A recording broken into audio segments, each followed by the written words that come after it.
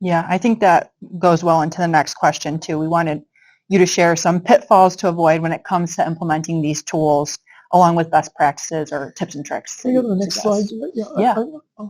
So hey, best practices. I think we talked about like that project-oriented mindset, like finding a goal and objectives and so forth. I really think that a lot of these can start with an ROI, even though because conceptually,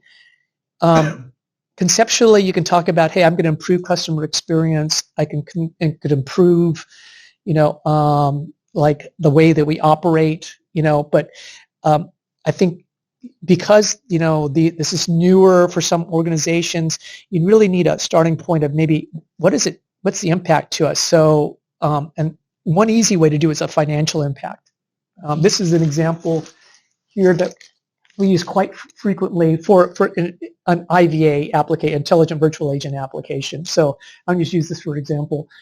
The cost of an IVA digital agent is approximately $450 a month. Varies up and down depending on what volumes they do. But so that's what that $450.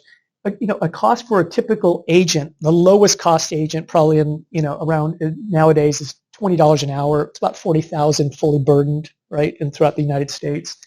It ranges, a higher end agent, maybe $35 in like a metropolitan area, or maybe somebody in healthcare or financial services or some of the special software.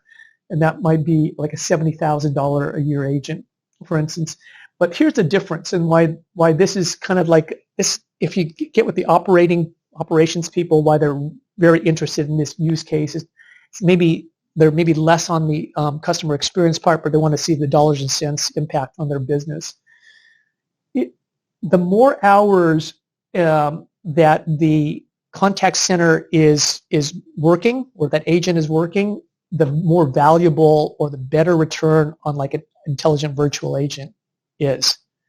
And that reason being is that that's a set cost per agent, $450. So the key is if you can find the right use cases that those agents are doing, and you're not going to do 100% of what they do, but if you can find use cases that add up to 10, 20, 30, 40% of what their activities are, it's how you would calculate it. Mm-hmm.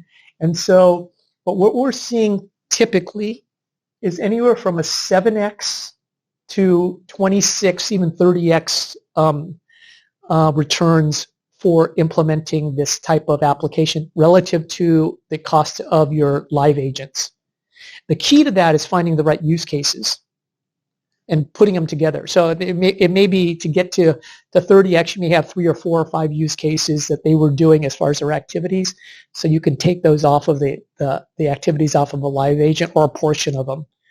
And so I like to say this is an example. There's other calculators out there, and we're not the only ones doing this. This is really a common model, but I think that's a good way to start. In addition to what we talked about of how you plan a project, that way when you talk, you use that as a reference.